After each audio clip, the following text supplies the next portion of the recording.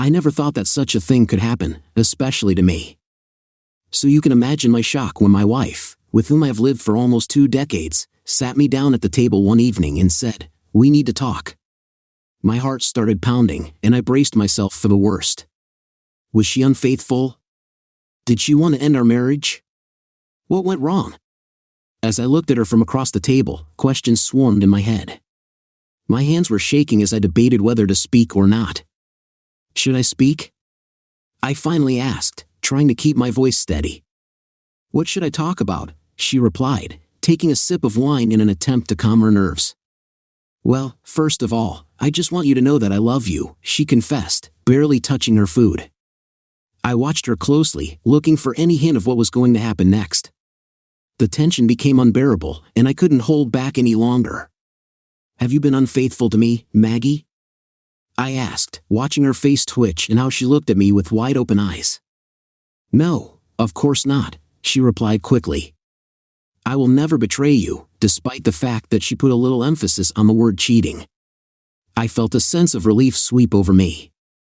"Well, if this is not betrayal, then what is it?" I asked, feeling a creeping fear. "Are you going to leave me?" Maggie reacted instantly. "God, George, where did you get such thoughts?" "I would never leave you." "I love you," she said. "Okay," I replied with a smile. "I love you too. I imagine how we will grow old together and spend the rest of our lives side by side." Maggie's eyes shone with happiness as she reciprocated my feelings. "Me too, George," she said. But I couldn't get rid of the feeling that something was wrong. "Are you unwell?" I asked, feeling a growing sense of unease. Maggie calmed me down. "I'm fine, darling. I didn't want to worry you, but it seems that something has been wrong between us for a long time. Things have been different since Meredith left for college. Maybe it's empty nest syndrome or a midlife crisis, but either way, it feels like we're stuck in a routine." I felt myself starting to relax, but there was still a feeling of anxiety in my soul, especially when I noticed that Maggie was worried about something routine. "What do you mean?" I asked. She explained that our busy work schedules leave little time for each other, and my job often requires me to travel. Even when we were both at home, fatigue seemed to take over. "When was the last time we were close?" she asked. I realized that I couldn't remember. "Maggie, you haven't shown any interest in making love for a long time, and every time I tried to initiate something, you rushed me off, making excuses," I said. "You're right," she admitted. "I often feel tired when you're in the mood to play. But when we were younger, fatigue didn't stop us. We used to make love 3 or 4 times a week. Now it's more like every 3 to 4 months. Is that really so?" I replied, feeling a growing sense of disappointment inside me. She seemed to blame me for my lack of intimacy, even though she's usually the one who says no. If it were up to me, we would have intimate relationships more often. "I want us to break out of this routine," she said. "I want us to solve all the problems between us so that we can be together forever. We're stuck in a routine, George. We need to bring a little excitement into our lives." "I'm not bored," I said. "I have enough worries in my life as it is." "Really? What interesting plans do you have for the evening?" she asked with a grin. "I'm going to watch The Curse of the Oak Tree. They are supposed to make an important discovery today," I replied. Reflecting on her words, she thought that every week they found only dirt and pieces of wood. "Isn't that right?" "What is it?" she asked. "Yes, more or less," I admitted. "Like I said," she replied with a smirk. "It may seem boring, but it's actually quite nice here. It's convenient for us. It happens when we've been married for so long. Make yourself at home." But Maggie shook her head. "I don't need comfort. I must admit that the thought of intimacy with you no longer excites me as much as it used to. It seems that we have reached a point in life when our passion has faded away. This worries me, especially considering that we are both over 40 and have many more years ahead of us. I'm afraid that if we've already lost the spark between us, then what's going to keep us together in the future? Despite this, we will remain one as husband and wife because this is what is expected of us. We got used to each other and found solace in our routine. But we must recognize that simply doing the usual things may not be enough to maintain our relationship in the long run. I'm interested in having an intimate relationship with you. We've become more than just roommates, George. We have a pleasant relationship, and we share intimate moments together. It's not just an accident, we really care about each other. So, I guess you could say that we're roommates with random advantages. I love you, George, and I believe that you love me too. But can you honestly say that your feelings for me are still the same as they were when we first got married? Over time, our love has become more mature and gentler. We have aged, and our desires are no longer as ardent as they used to be. Don't you want to rekindle the spark and passion that we once shared? She asked, taking my hand. I'm not sure, Maggie, but I like the way things are right now. Maybe I want more intimacy, but I like to come home to relax and spend time with you in peace. We have put a lot of effort into reaching this point.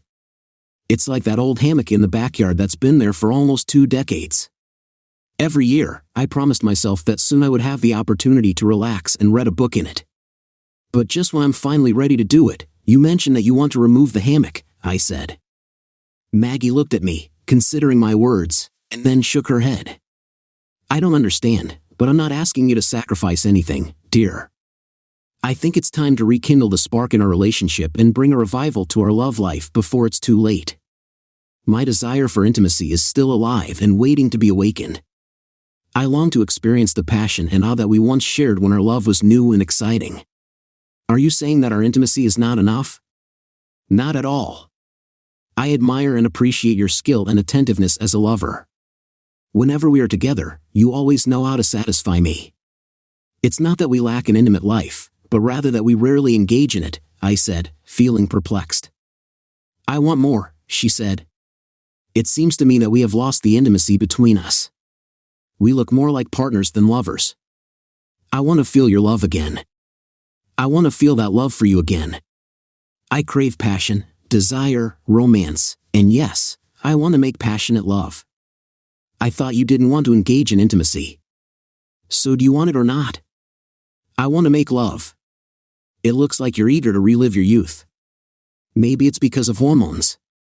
Are you experiencing hot flashes? Please, George? Don't reduce my feelings to hormonal changes just because I want to rekindle our love. Doesn't mean I'm going through menopause, I said. I'm sorry for suggesting that, I apologized. I'm just trying to figure out where it all came from all of a sudden. It's not sudden, she reassured me. I've been thinking about it for a long time. I'm afraid that our marriage will not take place unless we take serious steps to restore our relationship, she said, seeming to be on the verge of tears as she spoke. I listened to her words, but they seemed rehearsed. If it's not sudden, then why are you talking about it now? Why didn't you talk to me about this earlier? I snapped. She sighed. It took me a while to gather the courage to talk about it, but I couldn't let it go on without saying anything. Perhaps there was some truth in her words. I adored Maggie and was ready to do anything to ensure her happiness and strengthen our relationship. Okay, go on. It's obvious that you've been thinking about it a lot, and it matters to you. What do you think about what we should do? Maybe we should seek help from a marriage counselor. I came across information about an intimate relationship coach. Maybe I should go to him, she suggested. It's a fantastic offer, I replied with a smile, wiping a tear from her cheek. I expressed gratitude for the offer, considering it, and suggested considering other possibilities. She started by asking about my company, a well-known creative agency. I boasted that it was one of the best in the industry, one of the top 2 in the state, and possibly one of the top 5 in the country. She asked how it related to our personal lives and asked if they hire the best employees. Of course. How many employees have worked in your company for a significant amount of time, for example, 20 years? None, because our company is only 6 years old. We are constantly attracting fresh talent due to the high turnover in our industry. Indeed, we are constantly bringing new perspectives, innovative ideas, and creative approaches to our work. Our constantly evolving work culture is a testament to our ingenuity, and every new person who comes into our lives brings new skills and energy that benefit everyone. It's true, isn't it? So what has all this led to, George? Well, next month marks the 20th anniversary of our wedding. Remember, we were exclusive partners for 3 years before that. I've been faithful to you all this time, and as far as I understand, you've been doing the same thing. This means that for almost 23 years, we have been close only to each other. You were my first.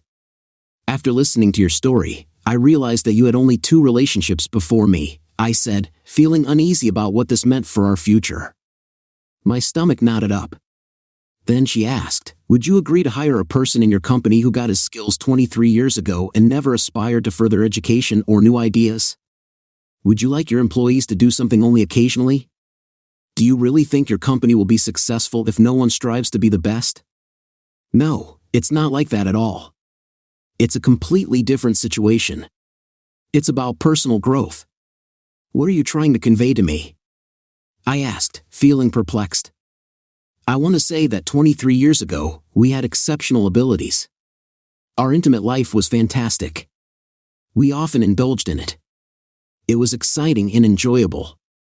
But then Meredith showed up, and everything changed.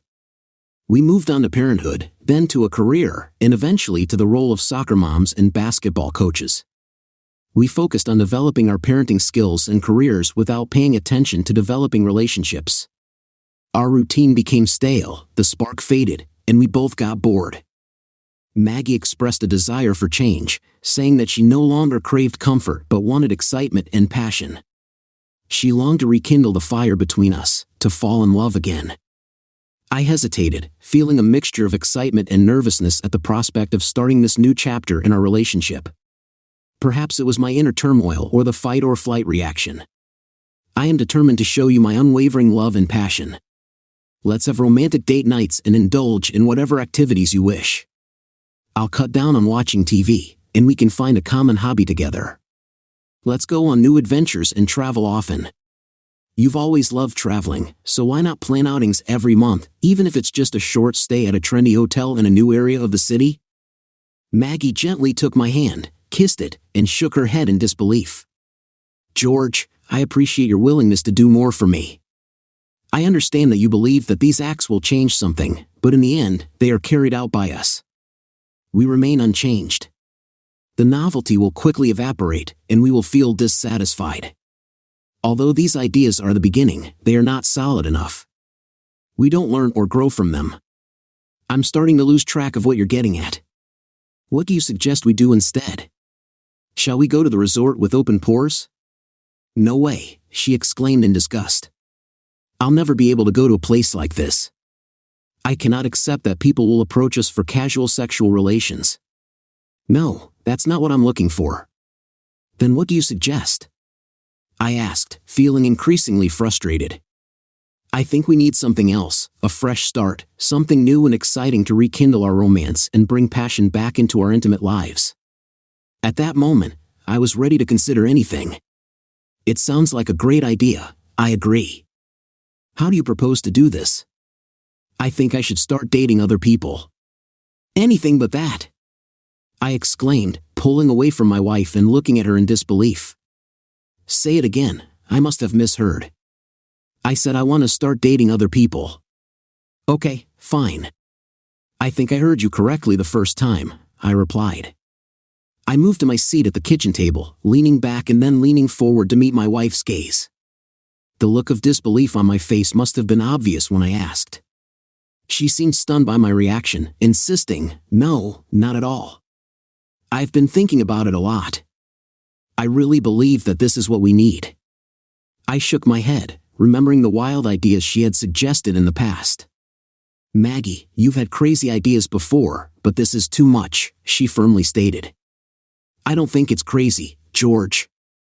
If you listen to me, I think you'll understand. Reluctantly, I agreed. Okay, please explain. Explain how this will improve our relationship. To rekindle the passion in a relationship by sleeping with someone else, I urged. I won't do it, she replied firmly. I'm not suggesting treason. Are you interested in dating other men besides me? Yes, that's right. A real romantic date, that's exactly what was intended. A date as if we weren't married. I hadn't thought about it, but yes, A real date? Is he going to have an intimate relationship with you on the first date, or will you make him wait until the fifth, as it was with me? George, I didn't say anything about intimacy. Yes, but you mentioned a suitable serious date, as if you were free, but on serious dates, intimacy usually happens.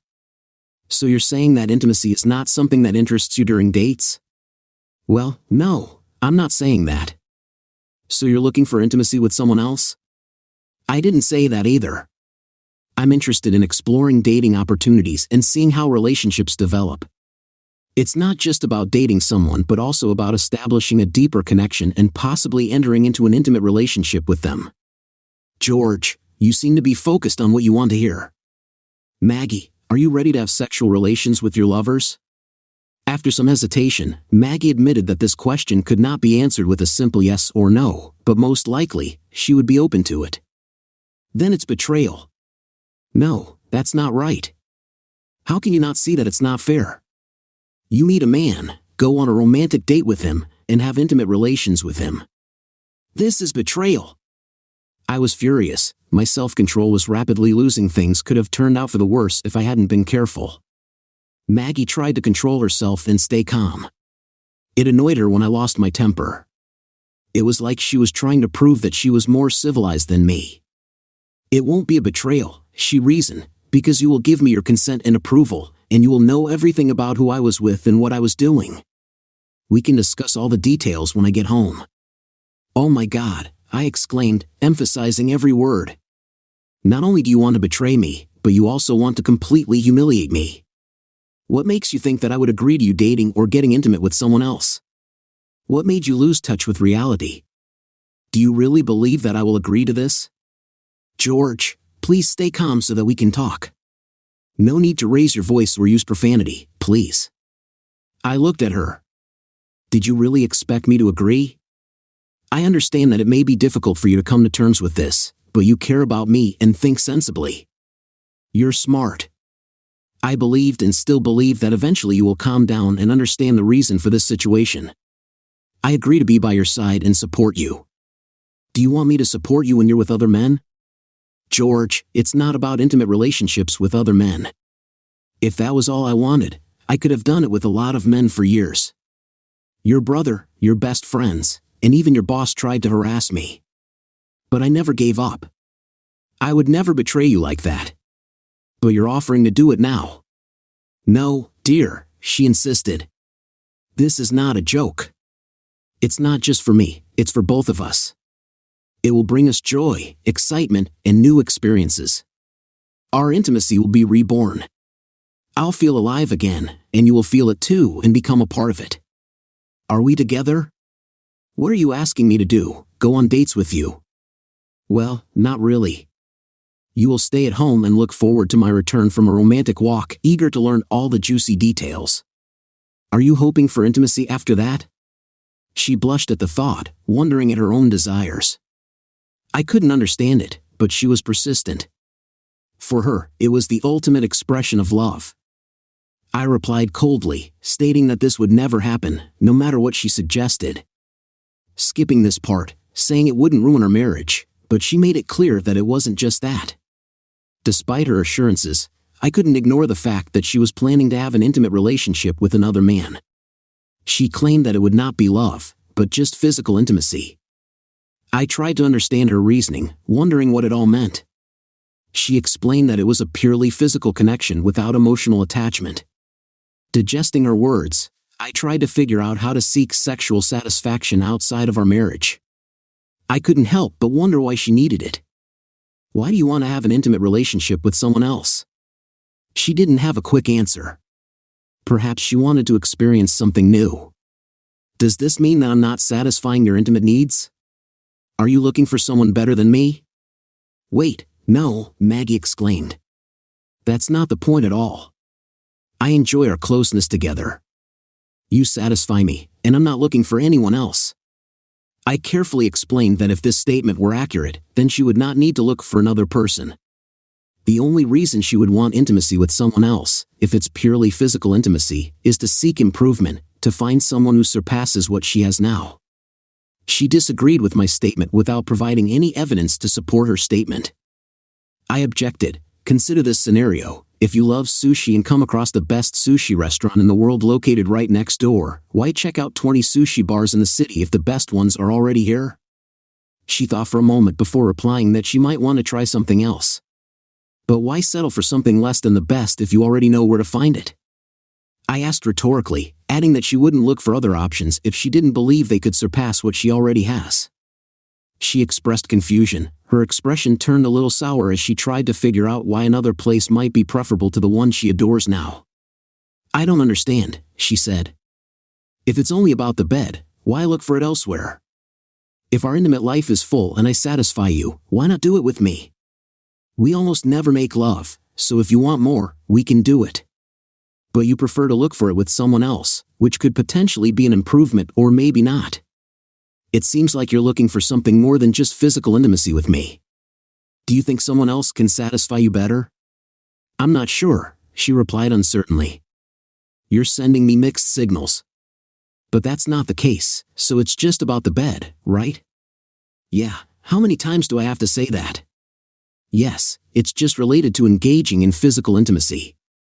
Okay, if that's true, then I have a suggestion, I said, grinning. She seemed interested. There was a spark of hope in her eyes as she spoke. If all you need is sex, then I'm ready to give it to you, I boldly declared. These words seemed to surprise her. Are you really going to let this happen? What is it? She asked uncertainly. Yes, I will find a man who knows how to please women so that he will come here and fulfill your desires.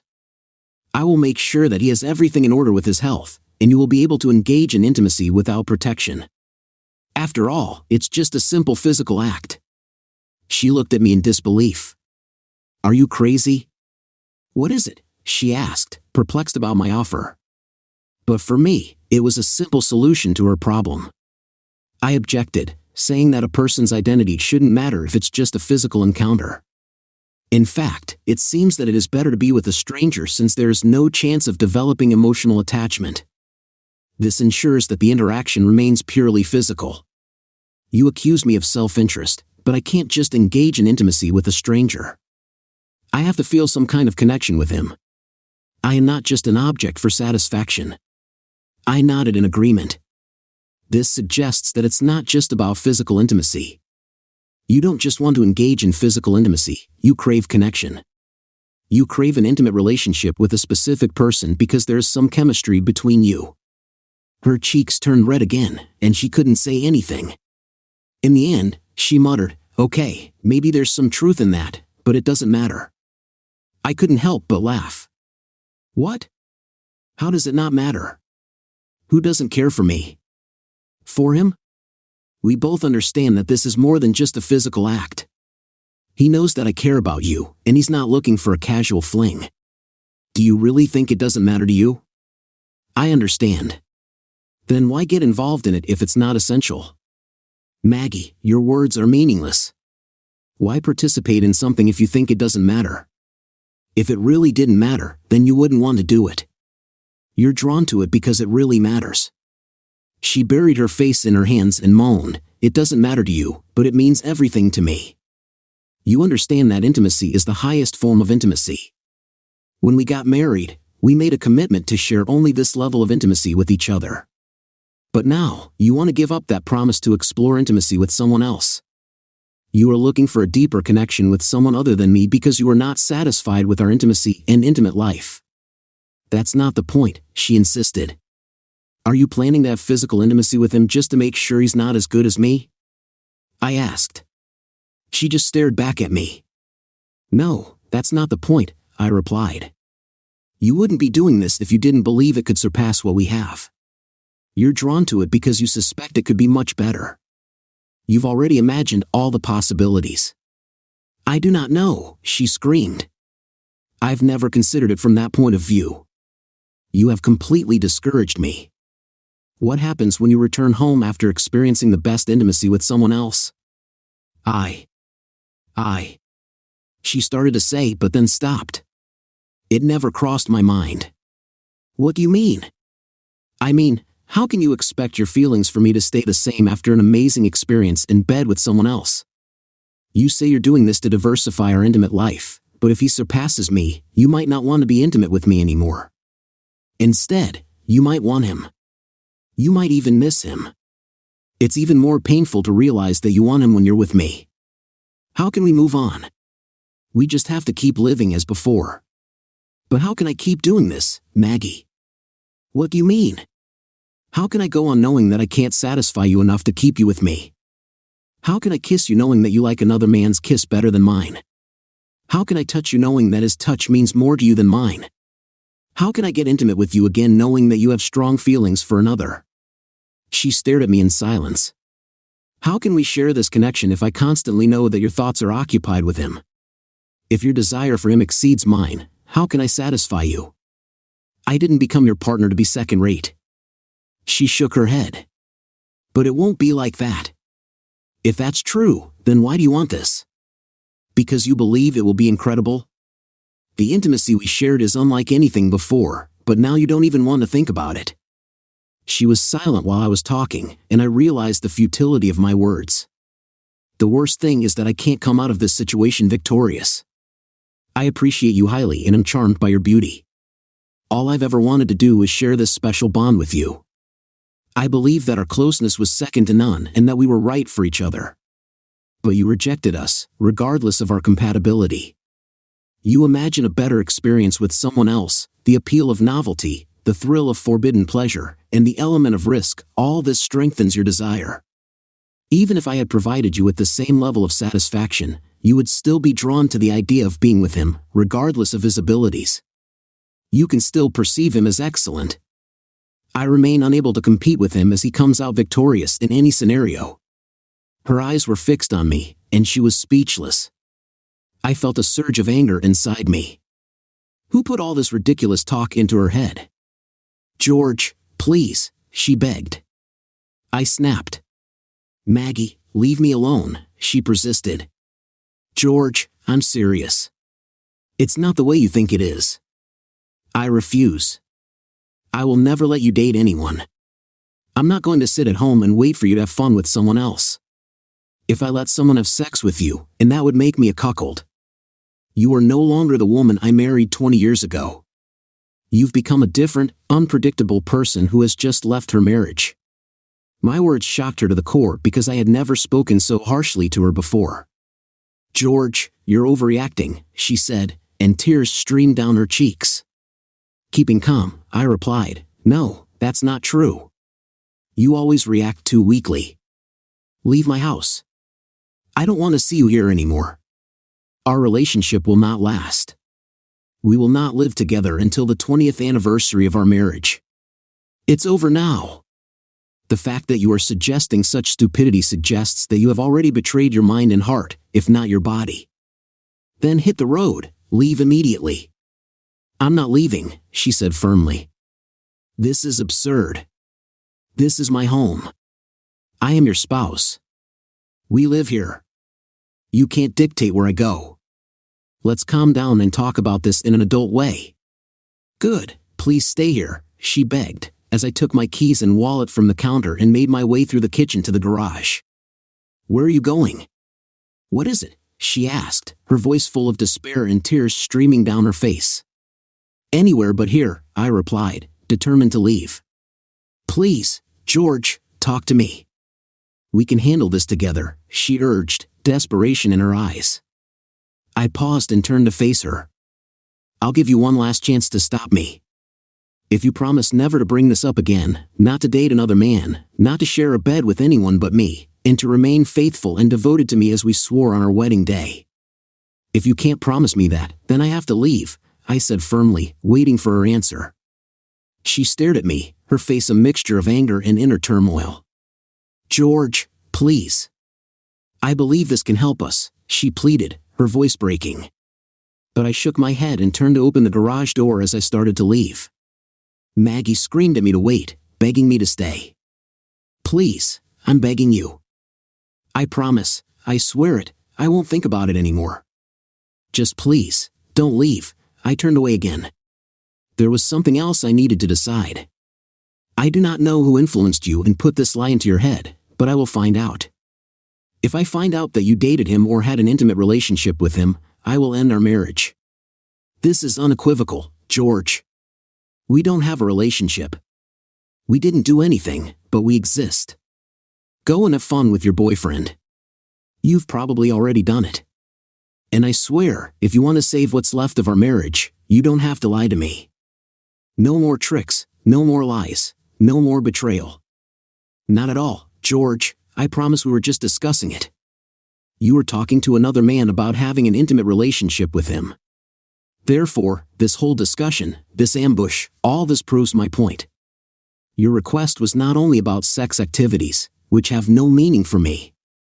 You're asking for my consent to be intimate with a specific man you've already made an agreement with. I find you repulsive, I informed her, making her cry even harder. I can't even look at you at this moment. I'm sorry, George. I didn't expect your reaction, she assured me. He assured me that you might get angry at first, but you'll look at things differently over time. Disappointed. Who does he think he is? She paused again. I glanced at the garage door, which was wide open. It looks like you prefer him to me without saying it out loud. Stephen, she mentioned.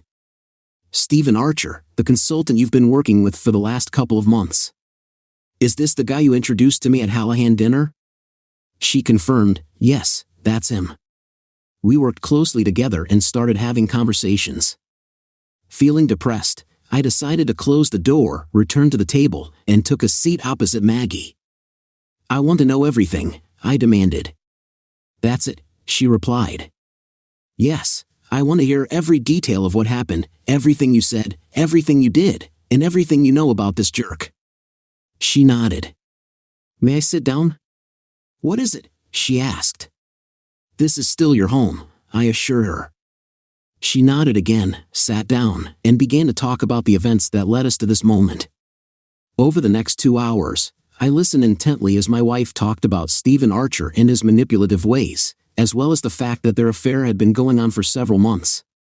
He began subtly manipulating my wife's thoughts, gradually brainwashing her to accept his point of view. He tried not to push too hard or make any obvious movements, knowing that she was smart enough to understand his tactics. According to her, they only communicated and never crossed physical boundaries, which in his opinion should have given his intentions an appearance of purity.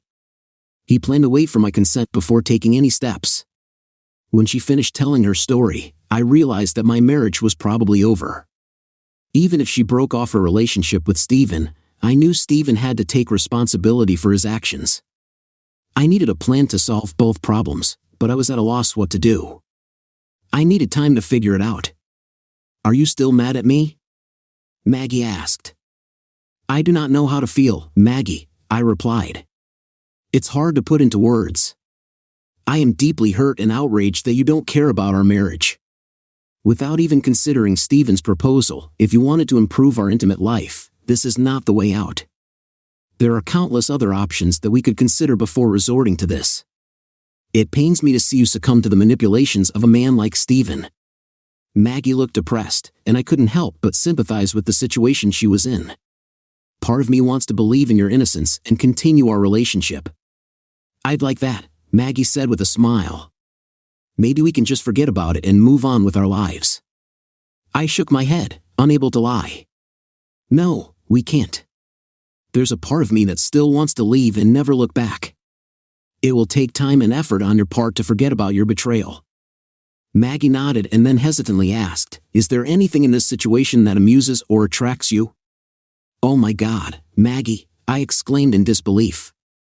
Are you really asking me that after everything we've talked about? Maggie lowered her eyes shyly, saying, I'm sorry. What's going to happen now?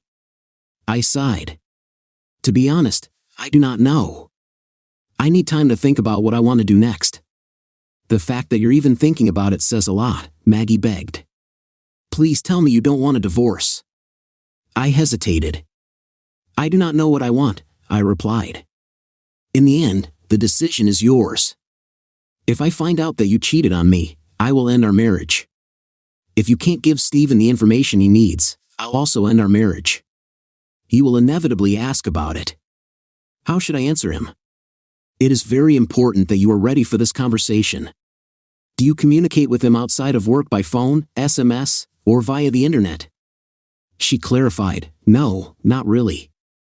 Our communication is mostly limited to the fact that we are at work.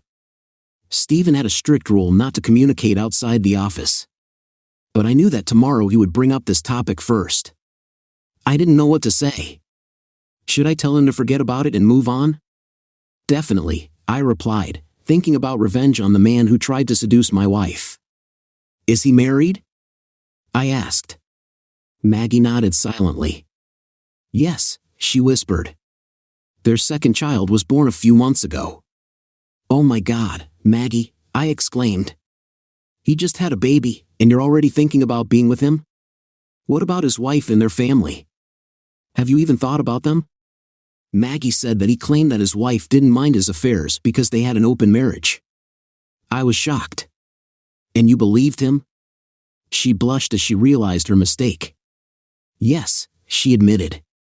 I wanted to trust him, but now I realize how stupid that was. Maggie, I said, looking at her seriously, if we want to fix the situation in our marriage, you have to be on my side. You have to support me no matter what. If you hesitate or take his side, then it's over. We'll get divorced and move on. Maggie looked at me and promised, I'm on your team, I swear.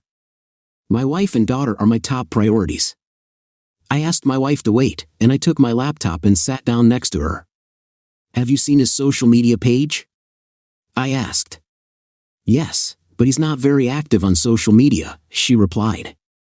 I handed her the laptop and asked her to open his page. After a few keystrokes, she found it, but there was little information available to the general public. Stephen's profile had no indication of his marital status, no family photos, no mention of his wife. Curious, I turned to LinkedIn in search of Steve Archer and was pleasantly surprised by what I found. He seemed much more outspoken on this platform than on Facebook. Intrigued, I asked for his wife's name, to which Maggie replied, Janet. A quick search for Janet Archer's name yielded 2 results. Not knowing which one was the real one, I asked Maggie if she was a realtor or a recruiter. Maggie informed me that she runs a luxury real estate agency specializing in multi-million-dollar homes. Intrigued, I clicked on the realtor link, opening the profile of a beautiful young blonde. Surprised, I asked Maggie if she was Stephen's wife. Doubting, Maggie stated that she had never seen her picture before and that the woman in the profile did not match the description given by Stephen. He informed me that she was elderly, overweight, and not very attractive. I grinned. But of course he could say that. Janet Archer, however, turned out to be young, fit, and incredibly attractive. Scrolling through her Facebook page, I noted, well. Her profile indicated that she was married to a man named Steve and had 2 daughters, Elena and Catherine. I asked Maggie, who was looking at the photos of this woman, if she was Stephen's wife. The list included the names of Stephen's daughters, and as I scrolled through the photos, I came across several pictures of a happy family. Some of the pictures were taken at a youth cheerleading competition, Janet with her daughters, and Steve standing next to them and grinning at the camera. Maggie shuddered. Is that him? She asked. I calmed her down by showing other photos of Steve and his wife. Why would he bother with you if he has such a stunning woman at home? Maggie looked offended. I do not know, she said again, on the verge of tears. That's not what he told me about her. You mentioned that they have an open marriage, right? I asked. That's what he told me, Maggie replied uncertainly. I came across some photos of Janet in a bikini and whistled. Maybe I jumped to conclusions, I admitted, admiring the beauty of Janet Archer. Maybe I'm approaching the situation incorrectly. Maggie asked, what do you mean? I asked if she had his phone number. Maggie looked at me anxiously. You're not going to call him, are you? I replied, well, that was the plan. Maggie looked shocked. I can't do that, she protested. Wait, you said you were on my side. You said you would support me no matter what. I nodded. Yes, I do. Do you support me or not? I asked. Yes, she admitted. All right then, I replied, call him. Okay, I'll do it, Maggie agreed, but paused. Before I do that, may I ask why? I chuckled. Stephen is trying to stalk my wife, right? Maggie nodded. So if I let him get you, wouldn't it be fair if I got his wife instead? Maggie was stunned. Wait, what? She exclaimed. Are you going to seduce his wife? She asked, gesturing at a candid photo of Janet Archer. She's incredibly attractive. Maggie immediately expressed her disapproval, but I couldn't help but grin. You mentioned that you want to spice up our intimate life, didn't you? I reminded her. And you were open to the idea of diversifying your relationship with Stephen, I added. Maggie hesitated before admitting, yes. But I interrupted her by suggesting, wouldn't it be intriguing if I also entered into a physical relationship with his wife? After all, you mentioned that they have an open marriage. Maggie hesitated and answered, it's not the same as sleeping with just anyone. I grinned mischievously, teasing, so she's I said. She's married to Stephen, and she's allowed to have intimate relationships with other men. You want the same freedom in our marriage. By that logic, doesn't that make you Maggie stared at me in disbelief, insisting, it's not the same thing. Why not? I asked. How is this situation different? And for that matter, how are Janet and I different from you and Stephen? She's too pretty, Maggie said. So it's okay if I choose someone ugly? I asked. No, that's not what I meant, Maggie replied, looking almost defeated. It's just different. Are you afraid that I will enjoy contact with someone else too much? Maybe, I said. Or that after I have her, I'll never want you again? I asked. Maybe, Maggie replied. Maybe you're afraid that if I spend time with her while I'm with you, I'll start thinking about her, Maggie hesitantly admitted. Yes, I understand. I see what you're getting at. We agreed to forget about all this, didn't we? Well, that was before I saw her and really thought about your proposal, I replied. So just because you believe you can attract an attractive woman, you now think I can sleep with Stephen? I exclaimed excitedly. Why not? You're a bastard, Maggie said. Wait, am I a bastard because I want Janet? You were the one who wanted to try someone else, I'm just agreeing with what you wanted. No, you're trying to destroy what I wanted. So you wanted to have fun with others, but you don't want me to do the same? You're just trying to confuse me, she continued. I told you it wasn't like that, Maggie said, on the verge of tears again. Maggie, calm down, and let's discuss this like adults, I said, using her own words against her. I'm starting to realize that this could be useful for us. I don't want to do this, Maggie said. You talked me out of it. I agreed that it was a mistake. This is the mistake. Let's forget about everything. Take your time. I found his number and started dialing. Let's call your lover and see what he has to say, I said. No!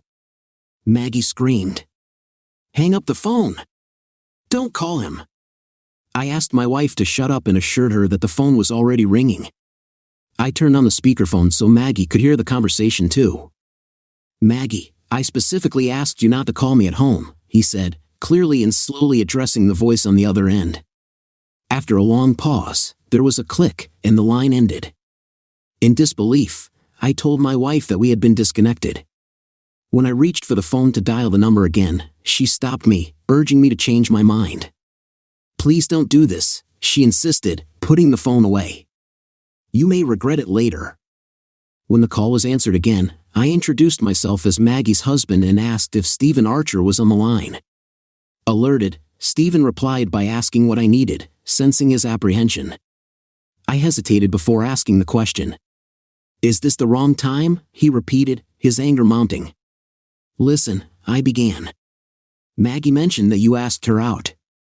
There was a moment of silence on the phone before he replied, and I think that's a good idea, I replied.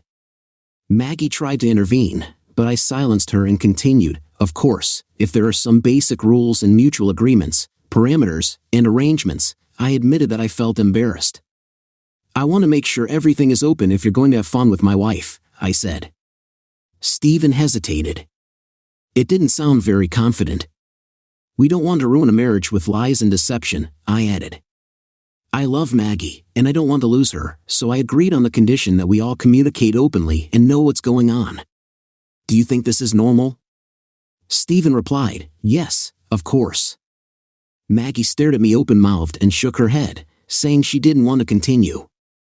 I brushed aside her concerns and turned back to Stephen dispassionately, suggesting that he call his wife Janet and put her on speaker so she could hear the conversation. Stephen was taken aback by this suggestion and asked why I needed to involve Janet in our conversation. Listen, you idiot, Stephen growled, I do not know what kind of game you are playing. I interrupted him, Stephen, I'm not playing, I told him. Maggie informed me that you and Janet have an open marriage and you don't mind who sleeps with whom. We've seen pictures of her in a bikini on Facebook, and I have to say, I'm looking forward to having an intimate relationship with her while you're spending time with my wife. What do you think you're doing? He asked, raising his voice. I will entertain Janet, your wife, I replied. So that's what they do in an open marriage, right? Changing wives? Stephen asked angrily.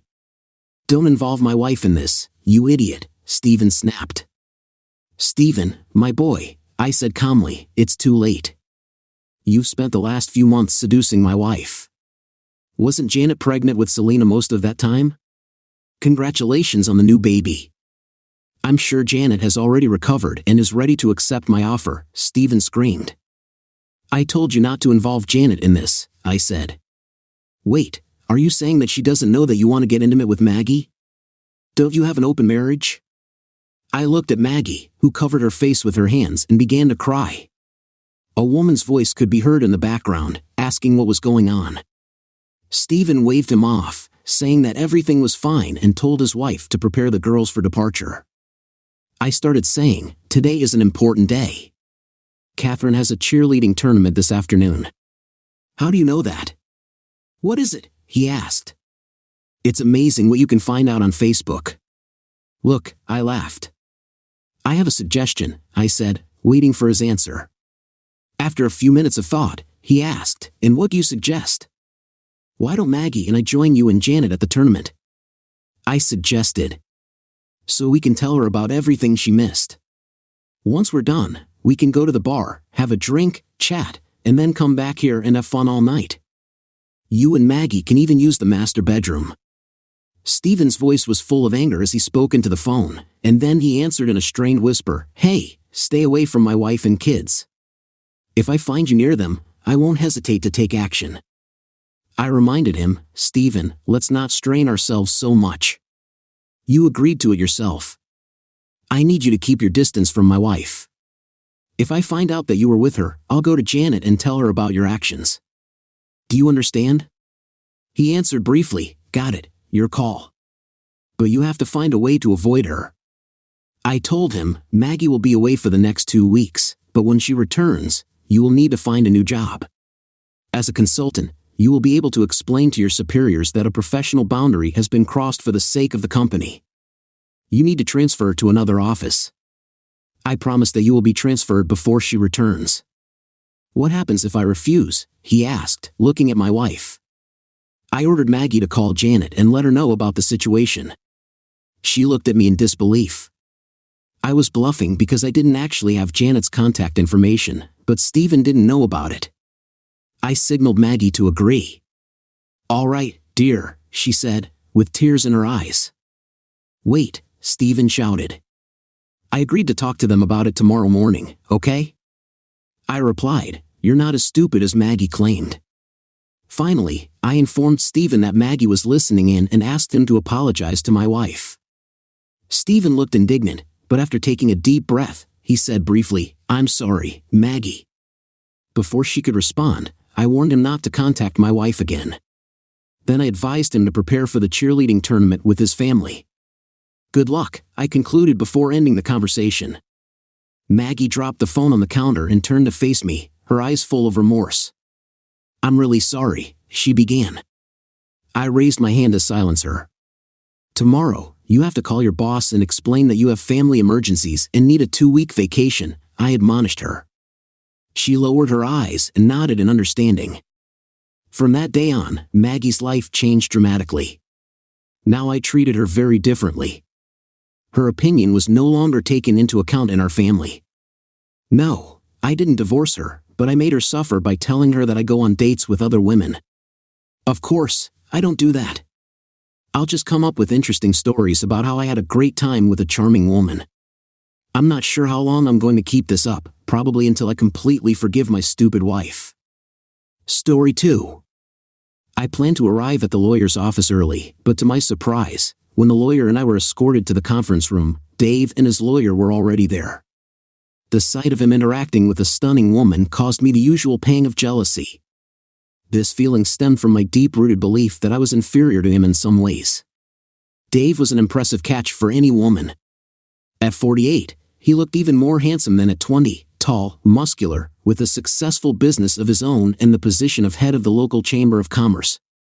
The very thought that today might turn out badly sent goosebumps down my spine.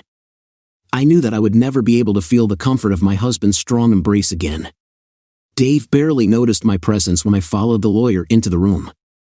My complexion must have turned ashen when a slender, red-haired, attractive lawyer reached out and took my husband's hand in a gesture of support.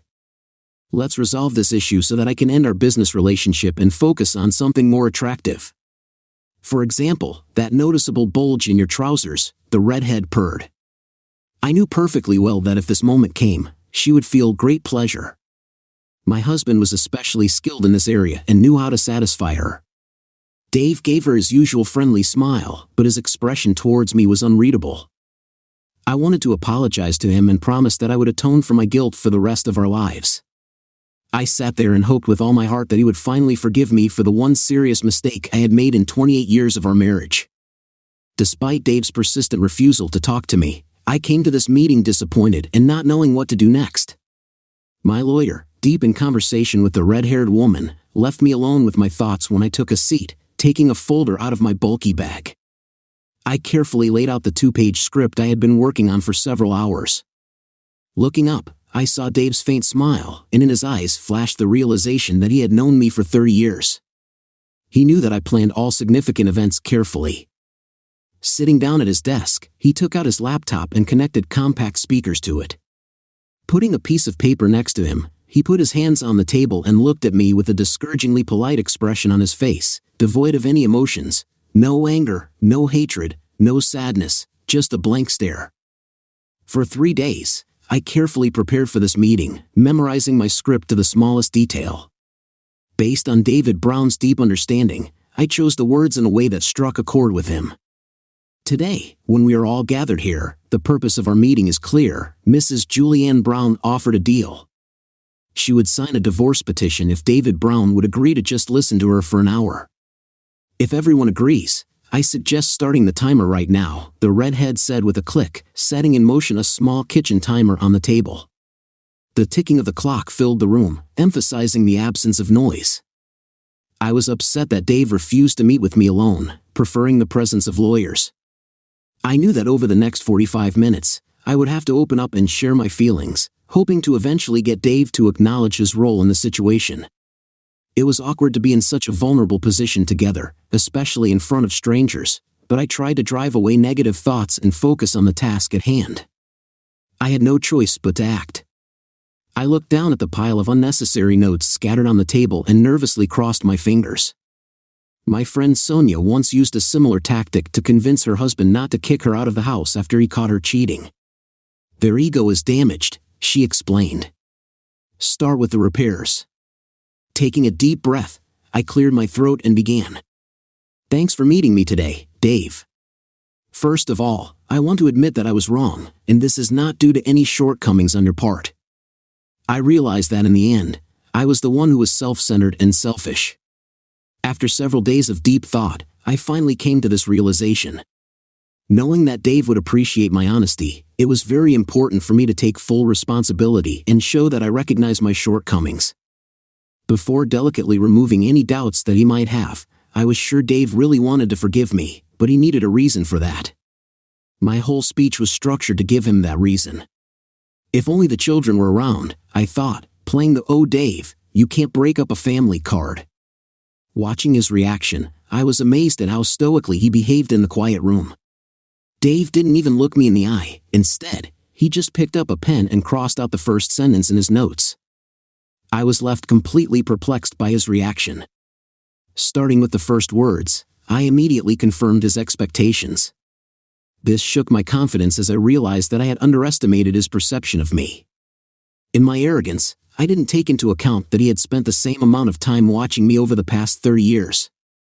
I was shocked by this realization. I had to keep sticking to my prepared script. As I said before, Dave, the situation arose because of my own selfish actions and wrong decisions. Feeling childless and tormented by a sense of age, lack of attractiveness, and uselessness, I met Jason while working on the church committee. He exuded sophistication and charm, clearly being a master of seduction, skillfully manipulating my emotions. He began with a feigned friendship, listening attentively to my complaints after church meetings. This was during a period when my partner was often absent. One day, as we were leaving the church after a meeting, Jason offered to have coffee at a nearby cafe. I foolishly agreed to his courtship. Everything looked innocent enough, and he seemed like a reliable friend, but I didn't know he had a talent for breaking through women's defenses. What began as casual coffee meetings soon turned into dinners at trendy restaurants, where he talked about his unhappy marriage. Despite the cliché, I began to trust him more and more. The restaurants became more and more extravagant, as did the gifts he gave me. I was flattered that a man 15 years younger than me was trying to win me over. "Oh, Dave, you have no idea how nice it is to be looked after in this way. You would be proud of me because 4 months ago, he asked me to sleep with him, and I had the strength to refuse. Now I understand that I should have cut off communication with him, but I began to rely on his compliments and attention to raise my ego and self-confidence." Sitting, holding back tears, and rubbing my burning eyes with the same finger that I used to touch the onion in my pocket, I fell silent and wheezed. The pain was so intense that I didn't dare touch the other eye. One tear-filled eye should have been enough, but it didn't happen. I paused, tried to speak, stumbled over the words, and hesitated. "Oh my God, I'm so sorry that I didn't end this sooner." He invited me to dinner and bought a bottle of grunge for $300, even though he doesn't drink wine himself. Instead of spending money, I almost finished the whole bottle. I'm sure that's exactly what he was going to do. I was too excited to push him away when we left the restaurant. I made the wrong decision by agreeing to his offer to take me home. When we reached the entrance, he bent down and kissed me, taking advantage of my state of intoxication. Alcohol clouded my mind, and it was hard for me to resist. I remember his hands moving to my chest, but I was too disoriented to protest. In a daze, I found that I just wanted to get out of sight, not paying attention to inappropriate actions. I made the decision to open the garage door and insisted that he park inside. I knew it was a little rude, but I couldn't bear to think that the next day the neighbors would see an unfamiliar car in the driveway. It was a risk I was willing to take. I understood that infidelity was a blow to a man's ego, and I wanted Dave to keep this secret, except maybe 2 lawyers. Jason got out of the car just as the garage door started to close and pulled me into a passionate kiss. In a state of intoxication caused by the fact that I drank almost the entire bottle of wine, I easily succumbed to his advances. He took my key and led me into the house, directing me to an empty bedroom where I allowed him to use me. The guilt and shame of that moment will haunt me forever. The only consolation for me was that I was able to insist that he use protection. After our meeting, we both fell asleep. I was intoxicated, and he was most likely exhausted after months of harassment. I'm sure if I hadn't been drunk and feeling depressed when I woke up, I would have ended my relationship with him immediately. But instead, you came into the room. When you entered and turned on the light, I felt an overwhelming sense of shame. The pain on your face was heartbreaking. It was then that I truly realized how much damage I had done to you in our relationship with just one stupid decision. Tears continued to flow down my face, and I turned to my husband with a pleading look. We had been together for so long that I could usually tell how he was feeling just by looking at his face. But this time, his expression was unreadable. He didn't even meet my gaze, instead focusing on the laptop in front of him. I assumed he was taking notes until he clicked on the link, and a voice came through the speakers. It was my own voice.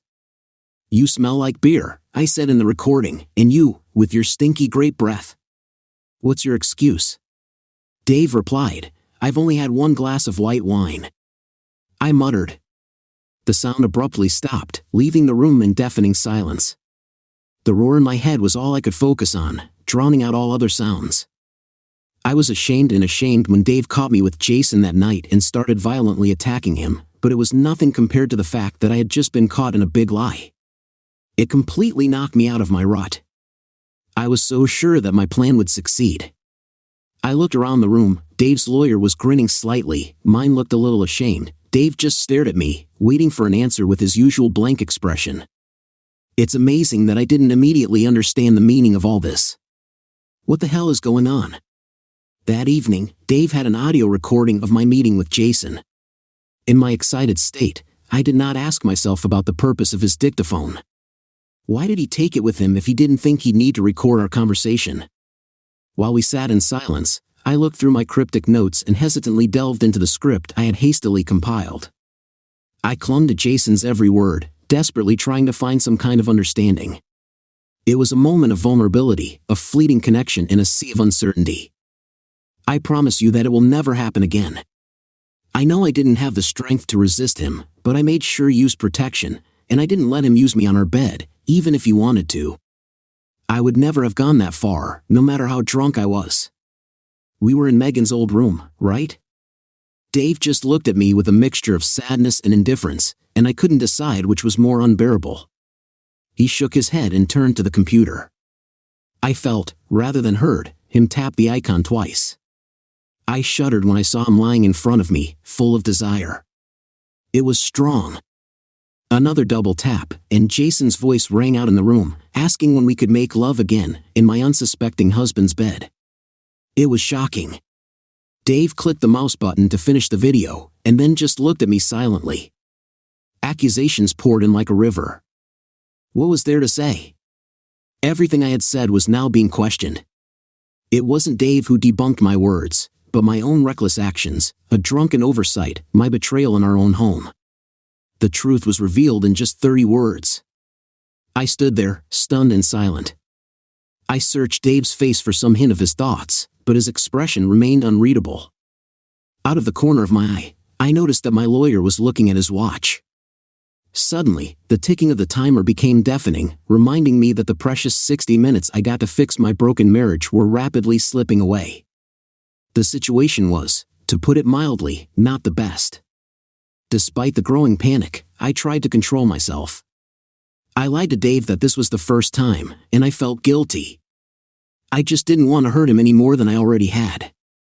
I thought if I could convince you that this is just a one-time occurrence and for exactly the reason I mentioned, you wouldn't be so upset. I hesitated and relapsed into silence. Should I admit that I've been seeing Jason several times a week for over 6 months now? The thing is, I wasn't sure if Dave knew about it. He had heard recorded conversations, which meant that the night he found Jason and me together wasn't the first or the only one. But what other information did he have? The fact that he put the recorder in the same place where I usually talk to Jason indicated that he was suspicious.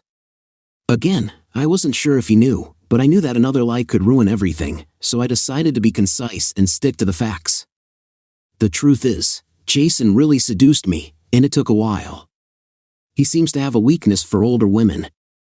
A woman my age experiences a significant boost in self-esteem when she's being pursued by a man who is almost the same age as her children, and I have to admit that I couldn't resist. I thought about making up a story about using the master bed only once to appear more supportive, but in the end, I couldn't ignore the unknown of how long ago Dave found out about my infidelity. I decided to keep my thoughts about this to myself, but there are questions that I cannot keep silent about.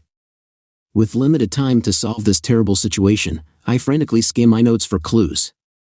Putting aside my initial thoughts, I became fixated on the keywords highlighted in capital letters. No matter what, my love and respect for you, Dave, remain unshakable. I have never weakened in my affection for you, I hurriedly continued. Jason brought an extra layer of dimensions to my life without taking anything away from you. He seemed to be overflowing with energy, if that makes sense. When I stopped talking, Dave frowned again and looked at his laptop screen. He seemed to be trying to find something, and his expression briefly changed from neutral to puzzled. But he soon relaxed after listening to the recording, continuing to play the previously created soundtrack. He frowned, trying to find an icon on the screen, but realized that it was just one of the files already open. It was obvious that he didn't understand this concept as he started the video again from the beginning, replaying Jason's question about having an intimate relationship with me on the marital bed. I couldn't help but shudder, just like the first time. Once again, my own words haunted me, reminding me of my vow never to let this happen again. Coming out of the shower that evening, Dave accidentally stepped on a large drop of white liquid. I was grateful to Dave for believing my excuse about sneezing and that it was snot. Sitting here, I knew what he was going to say next, and I felt a sense of self-satisfaction when I said those words, but that feeling quickly evaporated. But the offer to wipe his foot and do it politely seemed to distract him. It became clear that my husband sometimes behaves like an ignorant idiot. Our successful escape plan succeeded due to the fact that he unexpectedly came home earlier, forcing me to hide in the closet. Jason says on the recording, "What a fool." Yes, he may be mine, but he's still a jerk. At first, I was touched by how much he trusted me, not noticing the obvious evidence right in front of him. But now I see that he is just ignorant. I often wonder if we should do intimate things right under his nose to test his awareness, I said, laughing on the record. The sarcasm in my tone was unmistakable.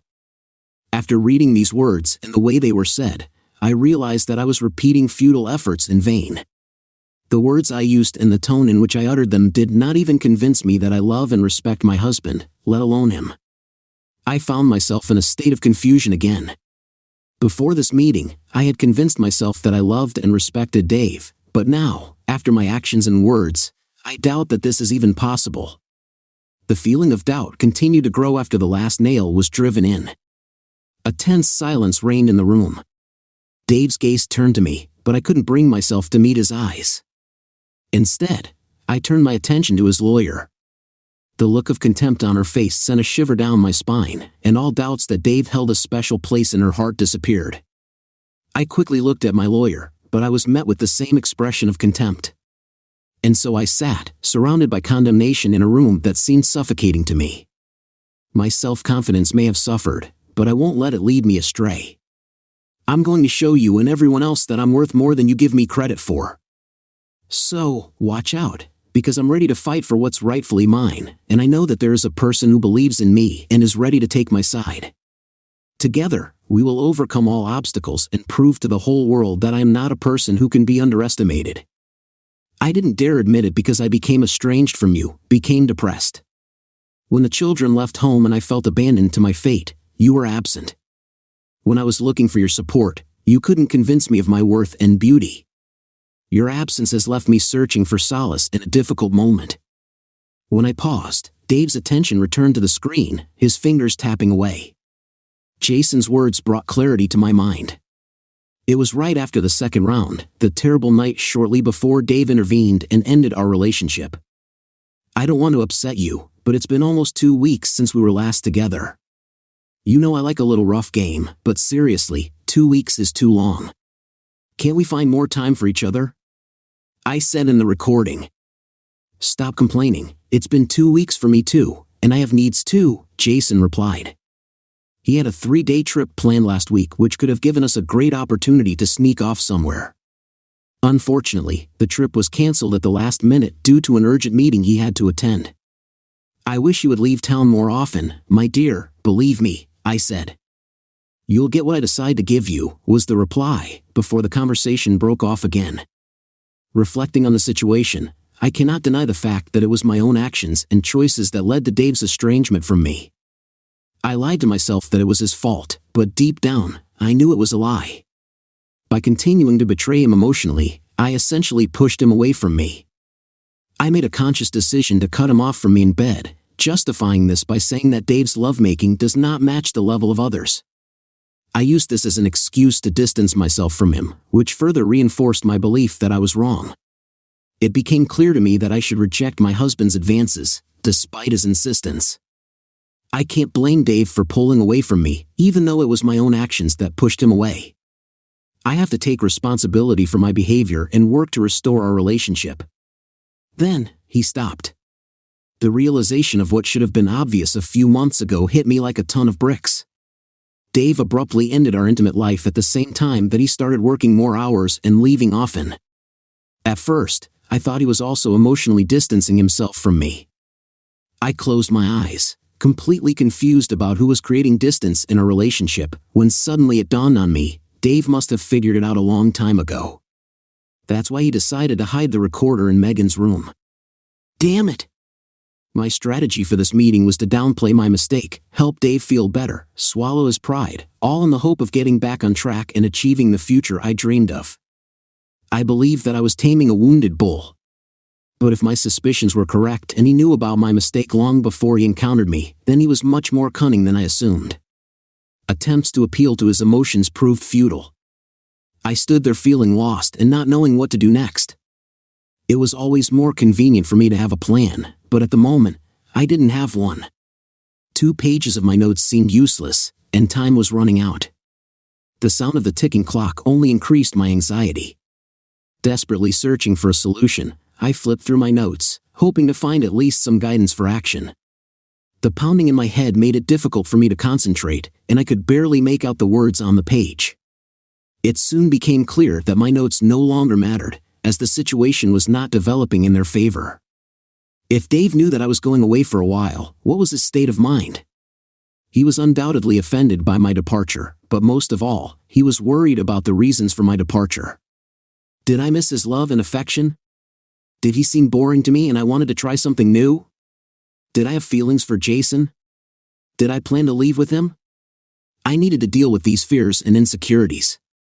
It was not easy to face his emotionless gaze. I wondered if it was worth the risk to lie again. If only I could remember my entire conversation with Jason that big night. If only I could be sure that David hadn't intercepted other conversations. Doubts began to creep into my head about the sequence of events, the placement of dictaphones, resisting temptation. It was clear that he would not be able to remain unconscious for long. Acting has never been my strong suit, and I felt pressure to convince him of the truth. Despite everything, I still deeply loved and respected him. The fear that he would leave me only emphasized the depth of my despair. I was terrified of losing my comfortable lifestyle, but I needed to find a way to show him that I still respected him, even after calling him a cretin in front of my lover. Trying to justify my actions to myself was pointless, as was trying to establish a connection between Jason and me. It was the same with my feelings for him. If I caught him cheating, it would be unclear what to do next. It will take time to prove to him that I still care about him and value our relationship. I bought some time by convincing him not to insist that I sign the divorce papers right away, but how much longer do I have to try to convince him? One thing I was sure of was that my next words would have an effect. I plucked up the courage and met Dave's gaze across the table. I understand that it may seem to you that I have lost my love and respect for you, Dave, but I want to assure you that this is not the case. I deeply love you and cherish our life together. I want to spend my days with you and no one else. The mistake I made with Jason was a momentary distraction, nothing more. I've never loved him, and running away with him wasn't in my plans. I have learned from my mistakes and will always control myself to ensure our happiness and future together, I said. Yes, it was a mistake, a big mistake, especially considering his suggestion of a less intimate relationship. I can't understand why I agreed to this, especially after I convinced myself that I was just satisfying a desire that you couldn't satisfy. He lacked the stamina in bed that you have. He was much less experienced and attentive. My actions were dictated solely by desire and self-centeredness. Although it might have been nice to physically give myself to him before losing interest, the novel was devoid of any emotions. I continued to justify myself. I didn't do all those forbidden things with him that I denied you for so long. I ended the conversation. It is said that for those who are close to death, time seems to drag on. The dissolution of the marriage must have felt the same because, while I was sitting, everything and everyone around me seemed to be moving in slow motion, while I remained at normal speed. My lawyer, who was sitting next to me, angrily threw a pen on the table and gave me a look of complete disgust, making it clear that even money cannot buy a person who would support me at this moment. Dave's lawyer, Larry, shifted in his chair to get a better view of the laptop screen. It dawned on me that Dave was playing not just audio files, as it seemed to me at first, but video clips. The realization of this only increased the anxiety. the lawyer reached out and squeezed her husband's hand, expressing tangible support for him. The pain in Dave's eyes was obvious, despite the fact that he was concentrating on the screen in front of him. His stoic expression wavered for a moment, showing how painful it was for him to realize that his supposed ally had betrayed him. A single tear flowed from his eyes, a silent testimony to his suffering. Was he trying to strengthen himself by looking at the screen, or did he really burst into tears? When the last fragments of my consciousness recalled a few meaningless details, it became clear that these memories belonged to the period before the accident and indicated that Dave knew about my deception long before our collision. Silence reigned in the room. The speakers continued to hum, and the oppressive heat began to seem suffocating and gloomy. I couldn't look at the table while my lawyer laid out the divorce papers in front of me, leaving me speechless and powerless. My husband, Dave, exposed all the most reprehensible things in me and easily destroyed all my excuses, belittlement, and weak attempts at reconciliation. It's over between us. As the conductor of the orchestra, Dave didn't say a word today. Instead, he simply gestured to the part of the orchestra he wanted to lead, demonstrating his skills and talent. Dave didn't speak, but he left me speechless. No, it wasn't Dave. I ascended the scaffold alone, securing the blindfold over my eyes before throwing the noose and activating the lever. Meanwhile, Dave just built the scaffold and left. It dawned on me that I was at a disadvantage when he easily secured the last clamp, accurately anticipating my every move and word. My arguments were worked out over years of careful study of him, but I overlooked that he had been watching me just as closely for 30 years. He looked at me with his intelligent, piercing eyes filled with shame and humiliation, so unbearable that in the end they forced me to run away. I needed to escape, to return to the house that was still my home, at least until Dave received the eviction notice that was part of our agreement. I sought refuge in the innocence of my children, hoping that they would never have to find out the truth and they would continue to love me wholeheartedly. The only way to escape seemed to be through the receipt symbolizing the loss of most of my life. Grabbing a pen, I quickly signed both contracts and tossed them aside. I couldn't believe that Dave's business got such a low rating. According to my lawyer's assessment, it looks like Dave managed to hide most of its true value. Damn him. When the last recording ended, there was silence in the room, broken only by the ticking of the clock. The lawyer collected the signed documents, gave me one copy, and hid the rest in a briefcase. I hesitated, torn between the desire to escape and the desire to leave behind at least a glimmer of hope, at least a small sign that our relationship can be saved. I needed to let Dave know that I still cared about him. Just as I was trying to find the right words, the shrill sound of the alarm clock set me in motion. I got up from my seat and said a few encouraging words before I noticed that the jackal was gripping Dave's hand tightly.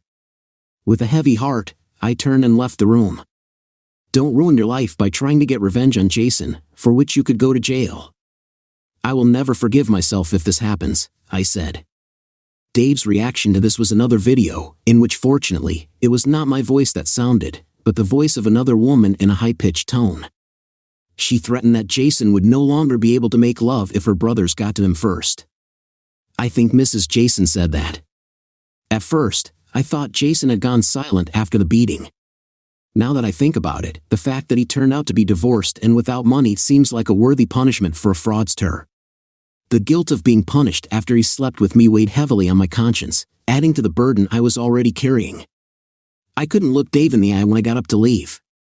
It didn't matter if his face was blank, whether he was laughing or crying, it all caused me deep pain. It reminded me that I had harmed this kind man. He lost everything I had, except my house and money, and suffered a severe emotional blow. It was all my fault. I knew I deserved every rude word he threw at me. After saying goodbye to him with tears in my eyes, I headed for the door. My feeble attempts to hold onto my former life proved futile. They were discarded as useless sabotage. Maybe my daughter Megan will visit me while I drown my sorrows in alcohol. And if she can't, then maybe my son Joel will come, I thought. As soon as I started to open the door, I heard voices behind me. Like a broken record, they repeated the same painful melody. The young man, clearly overcome with excitement, exclaimed, "Crook." His father replied, "Are you sure about this, son?" A familiar female voice answered, "I think I'm going to drink alone today."